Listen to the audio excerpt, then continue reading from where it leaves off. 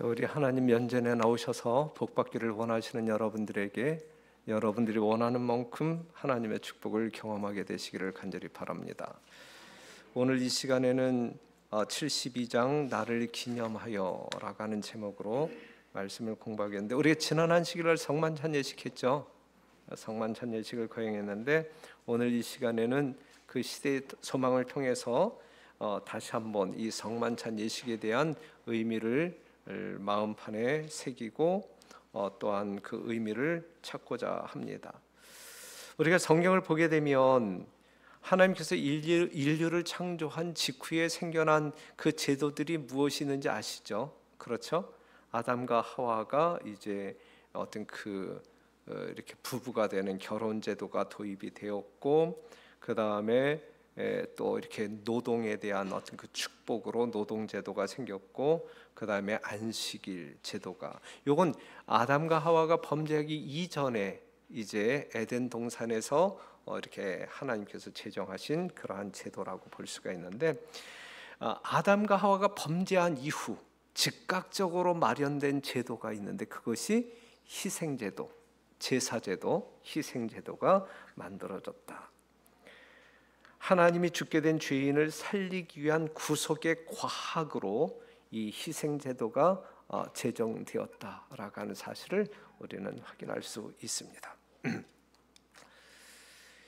희생제사들은 사람들에게 그의 죄를 항상 상기시켜 주고, 자신의 죄에 대한 참회가 동반된 시한과 약속된 구속주를 믿는 그의 신앙의 고백이 되도록 하나님에 의하여 제정되었다. 사람들로 하여금 어떤 그 죄를 기억나게 할 뿐만 아니라 죄의 결과가 무엇인지, 그렇지만 예수 그리스도의 보혈로 말미암아 우리가 다시 살 수 있는 길이 있다라는 사실을 보여주기 위하여 제시하기 위하여 하나님께서 직접 제정하신 제도이다. 그것들은 타락한 인류에게 죽음을 가져온 것은 죄라는 엄숙한 진리를 깊이 명심시키려고 제정되었다. 아담에게 있어서 첫 희생 제사는 가장 고통스러운 의식이었다. 그의 손은 하나님만이 주실 수 있는 생명을 취하기 위해 들려져야만 하였다. 그는 이때 죽음을 처음으로 목도하였다 그랬어요. 그러면서 그는 자신이 하나님께 순종하였더라면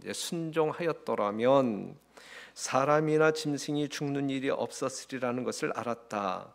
무죄한 동물을 희생제물로 죽이면서 그는 자기의 죄가 흠없는 하나님의 어린 양의 피를 흘릴 수밖에 없다는 것을 생각하고 떨었다 그랬어요. 이제 자기의 죄로 말미암아 이제 짐승을 희생 제물을 이제 죽이잖아요.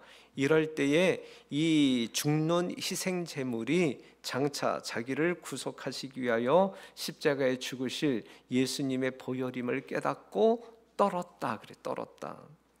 그는 하나님의 사랑하는 아들의 죽음밖에는 속죄할 수 없는 그의 죄의 중함을 더욱 깊고 더욱 생생하게 느끼게 되었다. 무엇을 통하여?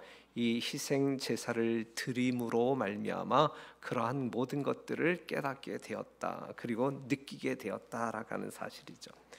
그리고 그는 범죄한 자를 구원하시려고 이처럼 놀라운 속전을 지불하리어 하시는 하나님의 무한하신 선하심에 경탄하였다 그랬어요. 우리가 그 십자가에 달리신 예수 그리스도의 희생을 보게 될 때에 우리들을 구원하시기 위하여 쏟아붓는 하나님의 무한한 사랑, 그거에 경탄하는 마음이 있어야 된단 말이죠. 그렇죠? 우리는 오늘 이 안식일 시간 속으로 들어올 때에 우리의 희생 제물이신 예수 그리스도를 믿음으로 가지고 오셨을 거 아니에요. 그렇죠? 어린 양 하나를 끌고 오셨을 거 아니에요. 그렇죠? 예, 믿음으로. 그럴 때에 우리들의 심령은 하나님의 무한한 사랑을 감각하면서 느끼면서 이 경탄의 마음을 가지고 이 엄숙한 시간을 보내야 할 것입니다. 그래서 이제 아담이 범죄한 이후에 에덴 동산에 쫓겨난 이후에 그 동편에 마련되어진 화염검이 있는 그곳에 와서 이제 처음으로 희생 제사를 드리곤 그랬잖아요. 그러면서 이제 이것이 가인과 아벨에 의하여 이제 어떤 말씀이냐면 아담이 앞서 시험을 받았던 것 같이 이 형제들도 하나님의 말씀을 믿고 순종하려는지의 여부를 입증하기 위한 시험을 받았다 그랬는데, 아담은 이 선악과 앞에서 오직 하나님께서 하신 말씀을 기억하면서 이 순종 여부에 대한 시험을 받았어요. 그렇죠? 그런데 아담이 범죄한 이후에 하나님께서는 그들에게 구속의 경륜을 일러주면서 깨우쳐주면서 그들이 살 수 있는 생명의 길을 제시하면서 하나님께서 그들에게 제시한 그 복음을 깨닫고 순종하는지를 시험하셨다 그랬어요. 그것이 뭐냐면 희생 제물이에요. 희생 제물을 어떻게 드리는지 그것을 통하여 그들을 시험하셨다 그랬는데, 그들은 사람의 구원을 위한 하나님의 준비에 대하여 익히 알고 있었으며 하나님께서 제정하신 제사 제도에 대하여서도 이해하고 있었다. 이 제사 제도에 대하여 충분히 이해하고 있었다야. 그렇죠? 그 의미가 무엇인지, 왜 제사를 드려야 되는지, 제사를 드렸을 때에 나에게 경험되어지는 실제적인 어떤 구원이 무엇인지, 이 모든 인포메이션을 다 알았단 말이죠. 그런데 이제 아는 대로 또 어떻게 제물을 드려야 하는지 이 방법에 대해서 다 알았단 말이죠. 아는 바대로 그들이 살기 위하여 믿음으로 이 제사를 잘 드리는지 안 드리는지, 그것이 그들에게 시험이 되었단 말이죠. 하나님께서 가르쳐 주신 방법대로 드릴 때에, 그렇게 순종할 때에 이것이 하나님께서 시험하시는 그 시험을 통과할 수 있는 방법 중에 하나인 것이거든요. 그들은 이 제물로 그들이 예표한 구주에 대한 믿음을 표현하고, 이게 중요한 거죠. 예수님에 대한 믿음을 표현하고 동시에 용서를 위하여 그분께 전적으로 의지하는 것을 인정해야 한다는 것을 알았다 그랬어요. 그냥 이 제사를 드릴 때 말이죠, 우리가 하나님께 예배를 드릴 때 우리는 어떠한 믿음이 분명히 있어야 되냐면, 십자가에 돌아가신 예수 그리스도를 믿음으로 말미암아 내가 용서받았다라는 분명한 확신을 가지고, 그렇기 때문에 하나님의 무한한 사랑에 깊이 감사하면서 우리가 예배를 드리는 것이, 이것이 하나님께서 우리의 믿음을 시험할 때에 하나님께서 보고 싶어하는 그 믿음을 보일 수가 있는 것이거든요. 거기에 대한 믿음이 없을 때, 정말 이 땅에 오셔서 믿음 보기를 원하시는 예수님에게 여러분들이 그것 말고 뭘 보여줄 수 있겠어요? 그렇죠? 우리가 알고 있는 하나님께서 깨우쳐 주신 이 구속의 경륜에 대한 분명한 믿음을 우리가 착 이렇게 드러낼 때 그것이 하나님을 기쁘시게 하는 그러한 내용이 될 것이다 라고 하는 사실입니다. 그래서 아담이 에덴 동편에서 제사를 드렸고, 그 다음에 가인과 아벨이 이 제사 드리는 그것으로 말미암아 시험을 받았어요. 아벨은 합격증을 받았고 가인은 불합격 판정을 받았단 말이죠. 그렇게 되면 창세기 4장에 나와 있는 이 가인과 아벨이 이 하나님 앞에 제사를 드리는 요 실제적인 어떤 그 예증을 통하여, 이 역사적인 사건을 통하여 우리들이 어떠한 믿음을 하나님 앞에 보여야 할지 넉넉한 정보를 얻을 수가 있는 거예요. 구원의 방법, 구원의 길이, 하나님께서 우리에게 제시하신 이 생명의 길이 무엇인지 분명히, 그 다음에 우리가 어떻게 할 때에 구원받을 수 있는지에 대한 넉넉한 지식이 창세기 4장에 표현되었다. 여러분들이 성경 66권을 다 이해하지 못한다 할지라도 가인과 아벨의 제사만이라도 충분히 하나님께서 의도하신 바대로 충분히 이해가 되어진다고 하게 되면, 하나님의 무한한 사랑이 거기에 담겨져 있고 예수 그리스도의 십자가가 거기에 있고 우리가 어떻게 제사를 드리며 어떻게 생활해야 하는지 모든 내용이 담겨져 있기 때문에 정말 생명의 길과 사망의 길이 아주 분명하게 펼쳐져 보이기 때문에 우리가 곁길로 가야 할 이유가 없단 말이죠. 거기에 대한 정보 또한 믿음의 확신이 없음으로 말미암아 우리는 이 혼돈 가운데 우리 자신을 갈팡질팡하게 놓을 수 있어요. 우리가 그러한 사람이 되어서는 아니 되겠죠. 요것이 이제 역사적으로 이제 출애굽 역사를 보게 되면 유월절이라고 하는 사건을 통하여 또 정리가 돼요. 그렇죠?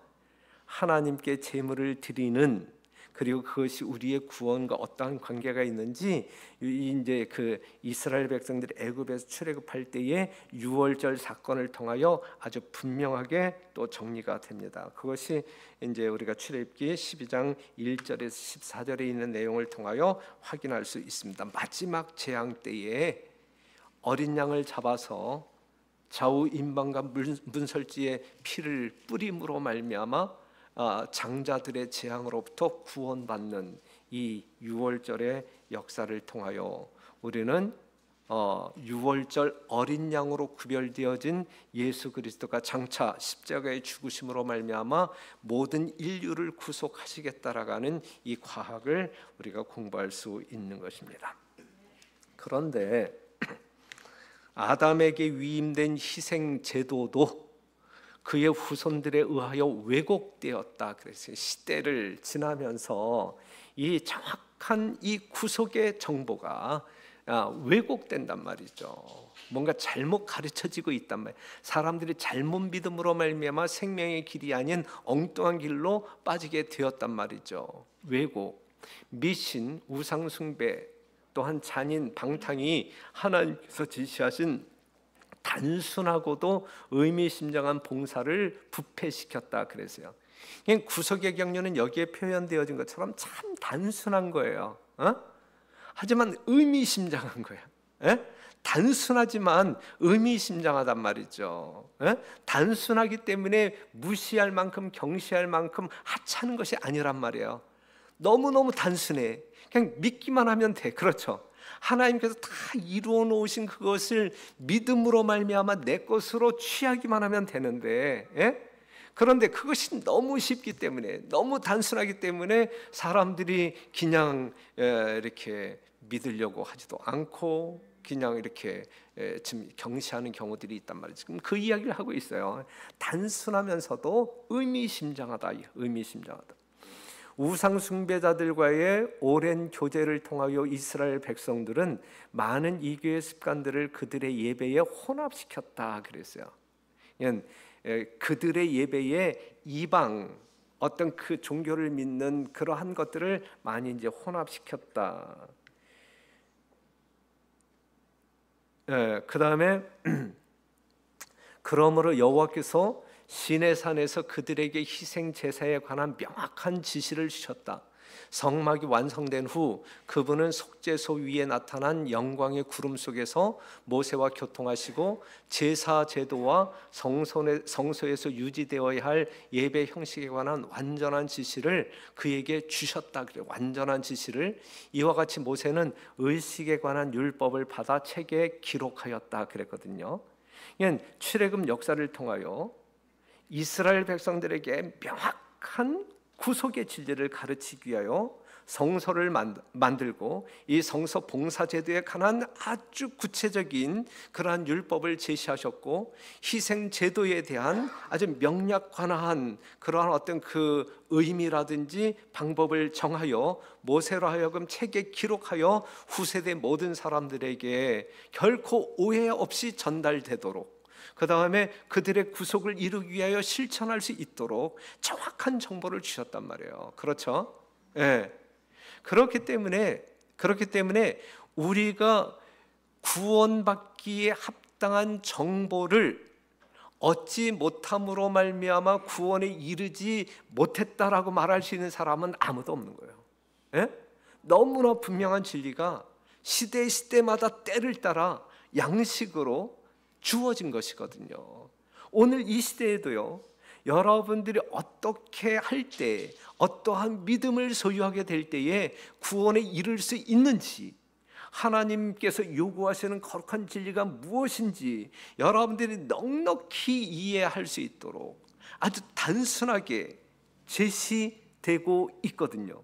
그럼에도 불구하고 여러분들이 어떤 그 믿음의 표준이라든지 어떤 그 길을 정확히 잡지를 못한다고 할 때 그것은 우리에게 뭔가 이 책임이 돌아와야 할 부분이거든요. 우리가 게으르기 때문, 또한 우리가 연구하지 않기 때문, 그 다음에 순종하려고 시도하지 않기 때문 등등 여러 가지 이유 때문에 이 구속의 진리가 우리의 발걸음을 제 길로 인도하지 못하는, 그래서 엉뚱한 길로, 왜곡된 길로 갈 수 있단 말이죠. 우리는 그러한 우매함을 보이지 말자 이거죠. 그렇죠?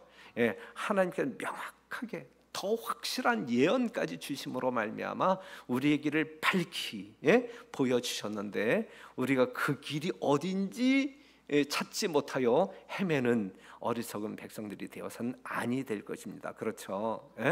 그렇기 때문에 스스로 연구하다가 모르는 거 있으면 물어서라도 깨닫고 여러분들이 하나님께 더 가까이 나아가는 신실한 주의 종들이 되기를 간절히 바랍니다. 그래서 여기 있는 것처럼 제가 완전한 정보, 완전한 지시를 이 모세를 통하여 그 후세대 사람들에게 이제 알려주었다, 이것이죠. 그러면서 이제 이 이스라엘 역사가 4,000년이 오잖아요. 예수님이 이 땅에 오셨잖아요.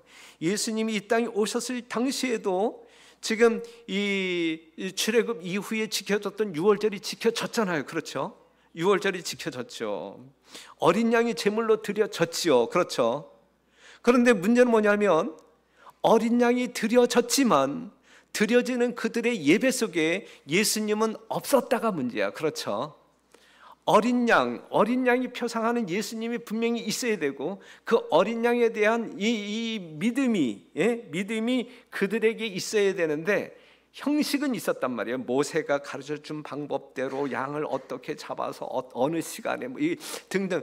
잠깐 이 모세를 통하여 정확하게 제시된 그 제사법에 근거하여 제물을 드렸지만 이 유월절을 지켰지만, 그렇죠? 유월절 어린 양이 희생당했지만 그런데 거기에 가장 큰 문제가 무엇이냐면 정작 그 어린 양이 예표한 그 예수님이 계셨음에도 불구하고 그들 앞에 이 유월절 어린 양이 있었음에도 불구하고 그들의 믿음 가운데, 마음 가운데, 생활 가운데는 그 예수님이 없었단 말이죠.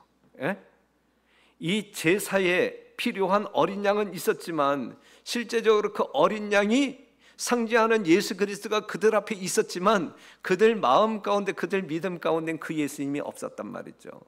이것보다 더 큰 문제가 있나요? 더 큰 문제가 없잖아요. 그렇죠? 우리는 지금 이 거룩한 안식일 시간 속에 있는 건 맞는 거예요. 그렇죠? 여러분들은 이제 바른 행동을 하고 있는 거예요. 지금 예배를 드리고 있잖아요. 그렇죠? 하나님의 말씀을 듣고 있잖아요. 예배를 드리고 있잖아요. 맞는 거예요. 이건 정말 신앙적인 올바른 행위란 말이죠. 그런데 우리의 마음 가운데 정말 있어야 할 노른자, 어떤 핵, 예수 그리스도가 없다고 할 때 그게 문제가 되는 것이죠. 형식은 있는데 알맹이가 없을 때, 있어야 할 예수가 없을 때 그것보다 더 치명적인 것은 없는 거예요. 그래서 예수님의 오심으로 말미암아 희생 예물로 예표된 예수님이 이제 이 유월절 예식을 끝내버립니다. 희생 제사 제도를 이제 끝내십니다. 예수님이 십자가의 죽으심으로 인류의 구속을 완성하신 후 이제 유월절은 이제 이 모세에 의하여 기록되어진 내용대로 유월절을 지키지 않아요. 그렇죠? 그 이후에는 어떻게 되는 거예요? 그 유월절을 기념하는 거예요. 기념. 유월절 의식을 행사하지는 않지만 유월절을 기념하는 거예요. 기념. 유월절은 기념해야 돼. 우리 대한민국이 해방된 이 광복절을 우리가 광복절로 제정해놓고 기념하듯이, 해방된 날을 기념하듯이 이스라엘 백성들이 또한 죄인들이 죄로부터 구원받은 그 해방의 날을 기념해야 되는데 그 기념하는 것이 무엇이냐고요. 그 기념일이 있어요? 기념일이 있어요? 아니면 기념하는 무언가가, 기념일은 없을지라도 기념하는 무언가는 있어요? 기념하는 무언가는 있는데 그게 뭐예요? 우리가 지난 안식일에 행사한 성만찬 예식이란 말이에요. 그 6월절, 그 6월절이 이제 기념되어져야 되는데 그것이 성만찬 예식이라고요. 자, 6월절을 기념하는 것이 고린도서 11장 23절에서 26절에 있는 말씀을 보게 되면, 내가 너희에게 전한 것은 주께 받은 것이니 곧 예수께서 잡히시던 밤에 떡을 가지사 축사하시고 떼어 가라사대 이것은 너희를 위하는 내 몸이니 이것을 행하여 나를 기념하라 하시고, 25절에도 이제 포도주를 마시면서 나를 기념하라 하셨으니, 26절 너희가 이 떡을 먹으며 이 잔을 마실 때마다 주의 죽으심을 오실 때까지 전하는 것이니라 그랬어요. 예? 그냥 6월절 절기는 요즘 안 지켜요, 우리가. 그렇죠? 예? 성경 가운데 기록되어진 대로, 모세를 통하여 기록되어진 대로 옛날 유대인들이 지켰던 그 6월절을 우린 지키지 않는다고요. 이미 원형이신 예수 그리스도가 십자가의 죽으심으로 말미암아 그 의미는 사라졌단 말이죠. 하지만 예수님께서 완성하신 구속의 기념일, 죄인들을 해방한 그날을, 그 6월절을 우리는 기념한단 말이에요. 기억하고 기념한단 말이죠. 그것이 무엇이냐면 성만찬 예식이라. 성만찬 예식. 자, 시대의 소망에 있는 말씀 보면, 그분은 제자들과 함께 6월절을 잡수실 때에, 마지막 만찬 6월절을 잡수실 때에 그분의 큰 희생에 대한 기념이 될 예식을, 기념이 될 성만찬 예식이에요. 기념이 될 예식을 6월절 대신 세우셨다. 유대인들의 민족적 축제일은 6월절, 그 6월절은 영원히 끝나려고 하였다. 그리스도께서 세우신 예식은 각 시대를 통하여 모든 나라에서 당신을 따르는 자들이 지켜야 할 예식이었다. 이게 성만. 6월절을 승계하여 예수님의 십자가를 기념하는, 6월절을 기념하는 그것이, 그 예식이 성만찬 예식이란 말이에요. 성만찬 예식. 이러한 의미를 분명히 여러분들이 이해하시고 성만찬 예식에 참여하실 때에 여러분들의 믿음을 잘 정확히 표현하면 좋을 것 같아요. 또 다른 말씀을 보게 되면, 성만찬 예식은 그리스도의 죽음의 결과로 이루어진 큰 구원을 기념하기 위하여 주신 바 되었다. 그리스도께서 능력과 영광으로 재림하실 때까지 이 의식은 기념되어야 한다. 이것을 통하여 우리를 위하여 행하신 그분의 위대한 사업은 우리 마음속에 항상 새롭게 간직된다 그랬어요. 그냥 뭐 1년에 우리 교회는 2번이에요. 그렇죠. 3월 첫째 안식일, 9월 첫째 안식일 성만찬 예식을 행하는데 그냥 1년에 2번. 전반기 한번 해야지. 또 후반기 사업 시작될 때 우리가 정말 한번 해야지. 그냥 이렇게 행사로 끝나서는 안 된단 말이야. 정말 다른 어떠한 때보다 예수님의 희생을 깊이 묵상하면서 나의 구원을 확신하면서 하늘의 평강을 마음껏 누리는 그러한 어떤 그 축제의 날로 이 성만찬 예식에 참여해야 된단 말이에요. 상당히 거룩한 예식이에요. 주님 오시는 그날까지 우리가 행해야 할, 지켜야 할 거룩한 예식이라고요. 그러니 이것을 소홀히 여기지 마세요. 경시하지 마세요. 그냥 생각 없이 떡 먹고 그냥 포도 좀 마시고 그냥 생각 없이 세종 예식 아무런 의미 없이, 마음의 변화 없이, 생활의 변화 없이 이러한 예식에 참여하는 것은 그렇게 큰 의미가 없단 말이죠. 의미를 부여해서 여러분들이 의미에 따라 행동하면서 이 성만찬 예식에 참여해야 할 것입니다. 자, 십자가 이전의 6월절은 유대력으로 언제? 1월 14일. 이때 제물은 흠 없고 점 없는 어린 양을 구별하여 드렸어야 되는 거예요. 십자가 이후의 6월절, 이제 대답하실 수 있죠. 그것은 일자는 언제요? 십자가 이후의 6월절을 여러분들이 지켜야 되는데 그 날짜가 언제요? 요것은 자유. 요것은 자유. 예. 그다음에 제물은 누룩 없는 떡과 발효되지 않은 포도즙. 이것이 이제 성만찬 예식에서 이제 사용되어지는 것입니다. 이러한 의미 여러분들이 캐치하시고 정말 이 성만찬 예식이 이제 이 시대에 어떻게 적용하여 여러분들이 믿음을 표현해야 할지 이해하시기를 바랍니다. 자, 그러면 이 예수님이 이 마지막 때 이 제자들과 함께 행사했던 이 성만찬 예식으로 한번 돌아가서 우리가 지금 영적인 교훈을 얻어봤으면 좋겠는데, 일단 이 성만찬 예식에 예수님은 이 가룟 유다를 배제시켰나요? 아니면 참석시켰나요? 참석함을 허락하셨어요. 그렇죠.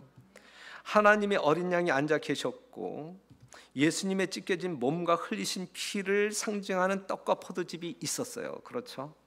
그러는 중에 그의 마음은, 이 유다의 마음은 음흉한 목적을 이루기 위하여 아주 분주하게 움직였어요. 그렇죠. 이 상황을 여러분들이 한번 상상해 보세요. 이 시간에 한번 요한복음 13장 10절에서 예수께서 가라사대 이미 목욕한 자는 발밖에 씻을 필요가 없느니라, 온몸이 깨끗하니라, 너희가 깨끗하나 다는 아니니라 하면서 그 섞인 이 12명의 제자들 중에서 다는 아니니라 하면서 이 유다의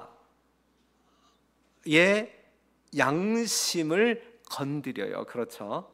이렇게 말씀하시면서 이 유다의 마음을 회개로 이끌기 위하여 예수님은 지금 뭔가 활동하고 있는 거예요.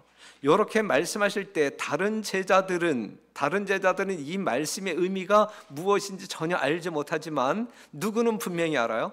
예? 유다는 지금 자기를 지칭하여 예수님께서 말씀하고 있다라는 사실을 안단 말이에요. 그렇죠. 예?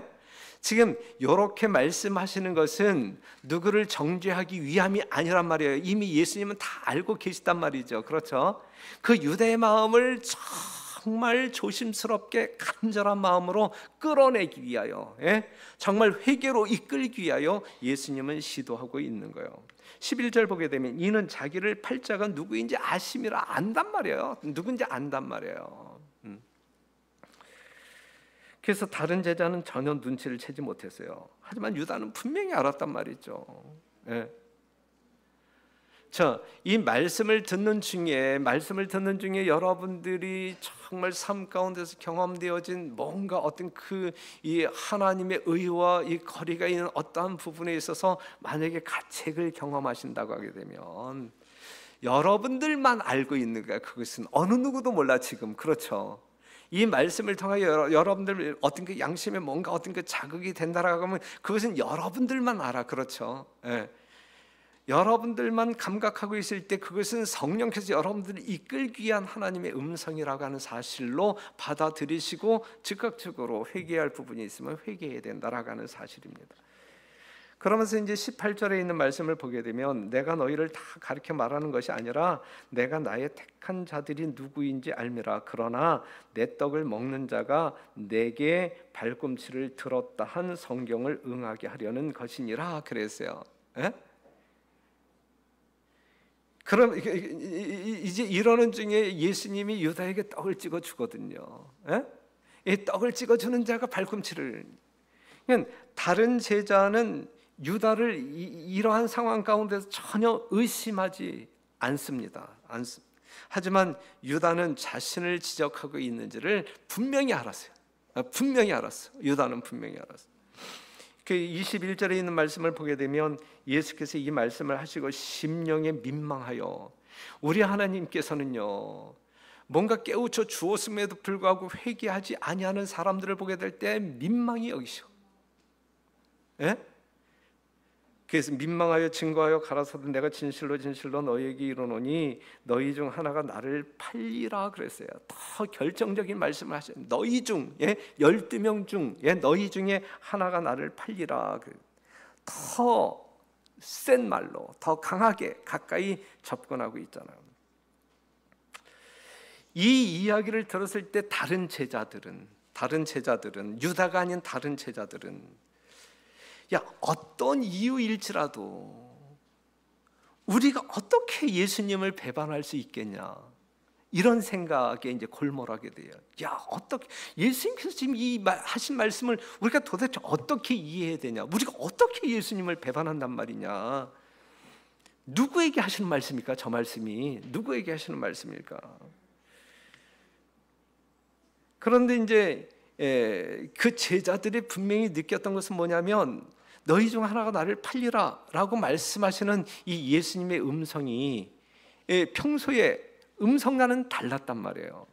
그거는 고통하는 음성이었고, 거기엔 고통이 섞였단 말이에요. 그것을 제자들이 감지했단 말이죠. 거기에는 슬픔이 어려 있었단 말이죠. 하지만 누구를 지칭해서 하는 말인지 제자들은 몰랐어요. 하지만 누구는 알았다고요? 하지만 누구는 알았어요? 유다 자신은 알았다. 그래서 이제 이 이야기를 들은 이제 이 제자들은 저마다 혹시 내 마음 가운데 내가 알지 못하는 중에 예수님을 배반하는 마음이 있을까? 이제 이게 불안해지는 거야. 그렇죠? 그러니까 하나라도 품고 있는 무언가가 있지 않나? 그래서 있는지 없는지를 확인하고 싶어서 제자들이 이제 이야기하죠. 주여, 내니까. 주여, 내니까. 지금 이 제자들이 주여, 내니까라고 묻는 것은 정말 내 마음 구석에 조금이라도 그러한 마음이 있는지 확인하고 정말 있다고 하게 되면 그 마음을 회개하고 싶은 그러한 심령으로 지금 내니까라고 묻는 것이거든요. 아주 두렵고 떨리는 겸비한 심령으로 자신들의 죄를 성찰하기 위하여 묻는 것이었어요. 그랬을 때에 예수님께서는 마태복음 26장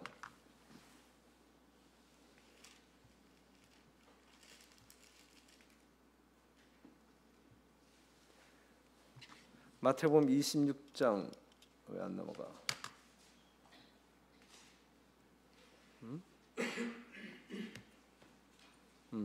26장을 보게 되면 가라사대 나와 함께 그릇에 손을 넣는 그가 나를 팔리라.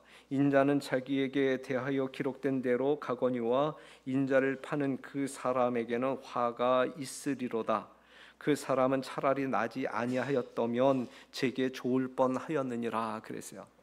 이 땅의 모든 사람들이 정말 태어난 것이 정말 이 영원한 생명을 얻을 수 있는 놀라운 축복의 기회이지만은 이 유다 같은 경우, 만약에 여러분들이 유다처럼 산다고 하게 되면 차라리 이렇게 이 땅에 태어나지 않는 것이 훨씬 좋았을 뻔했다라고 예수님께서 여지를 남기고 있어요.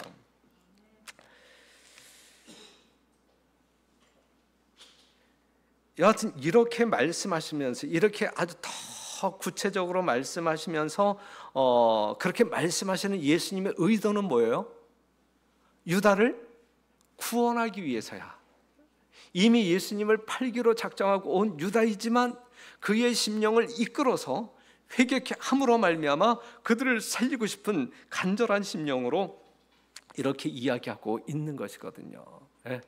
우리 하나님은 끝까지 사랑하실 때 끝까지 사랑하시는 분임을 이 유다에게 대하셨던 이 예수님의 태도를 보면서 우리는 확인할 수 있어요.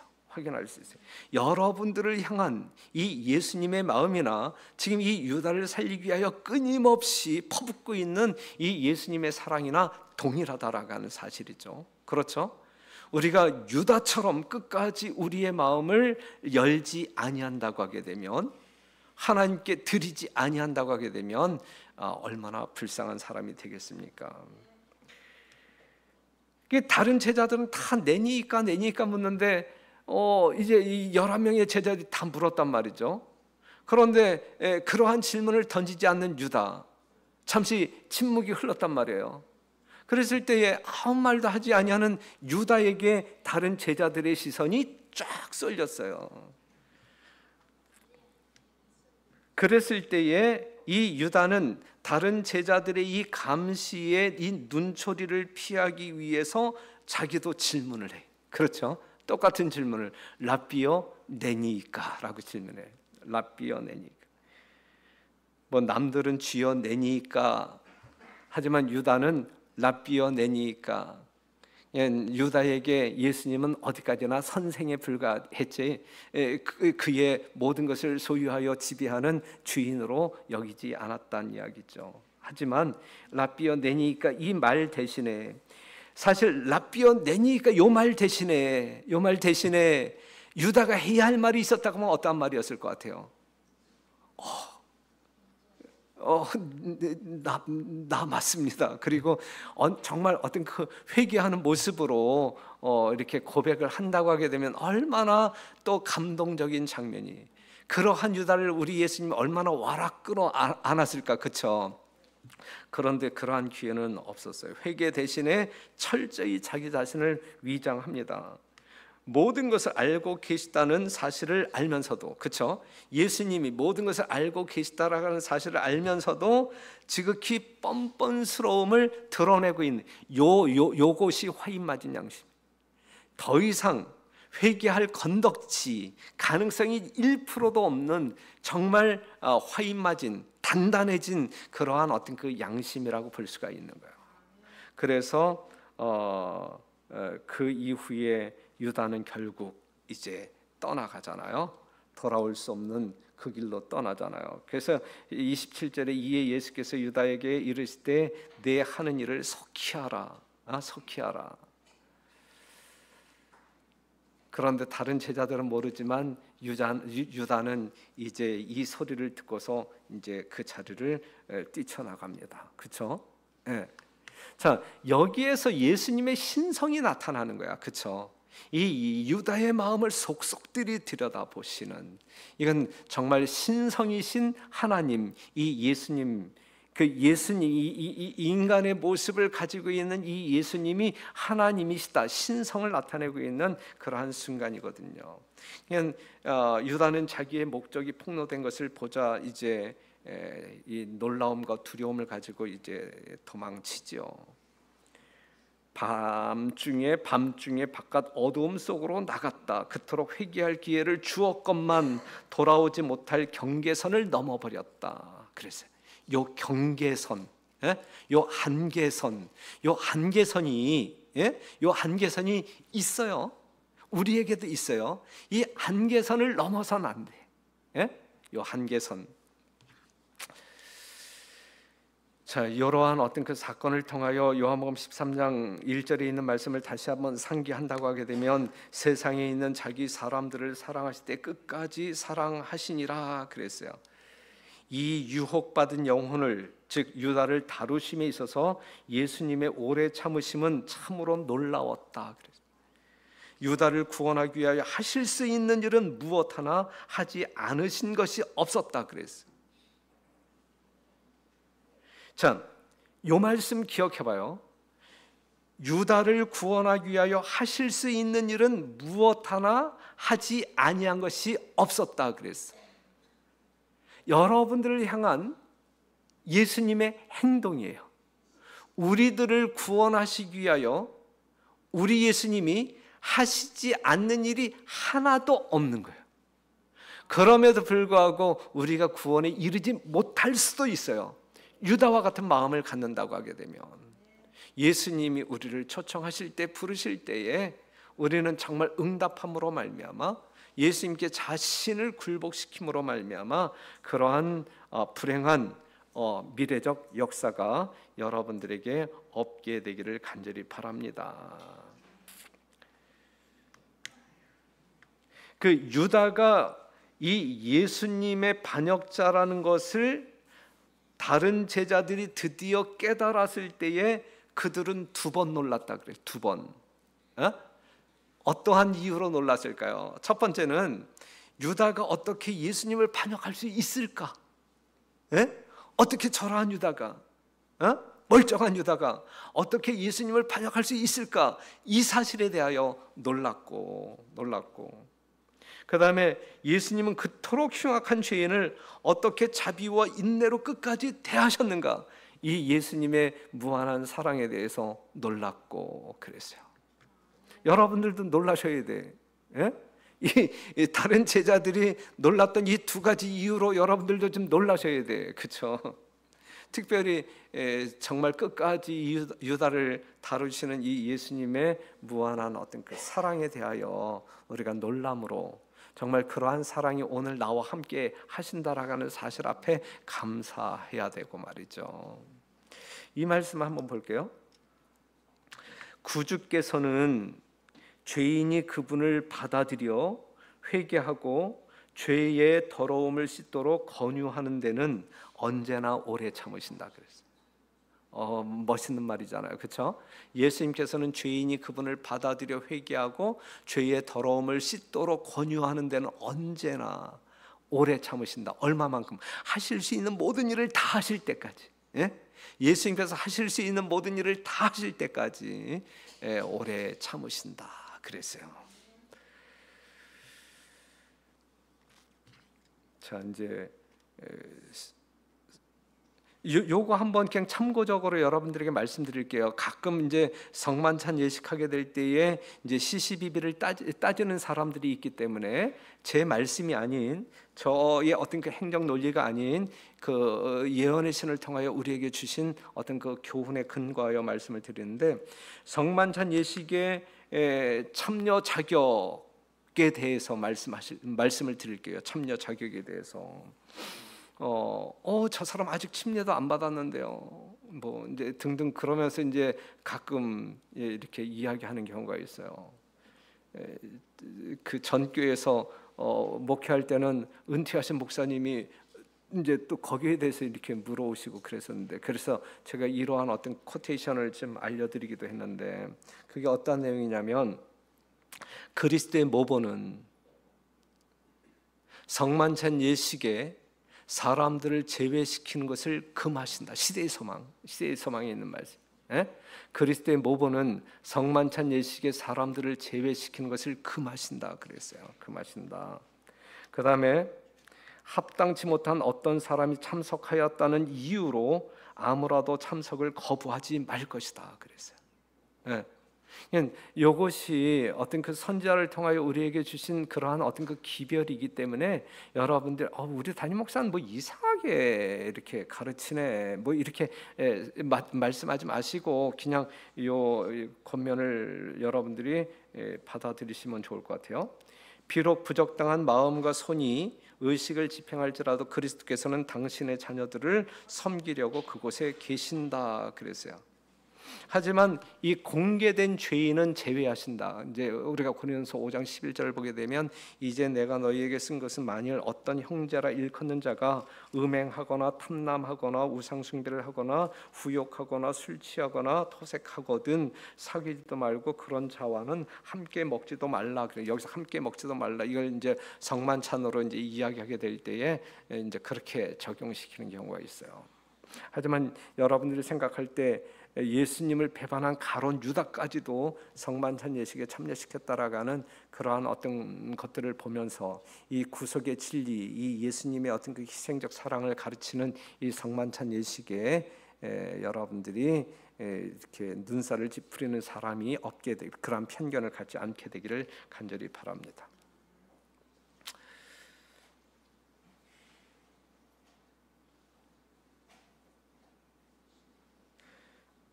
오늘은 그냥 여기까지 할게요.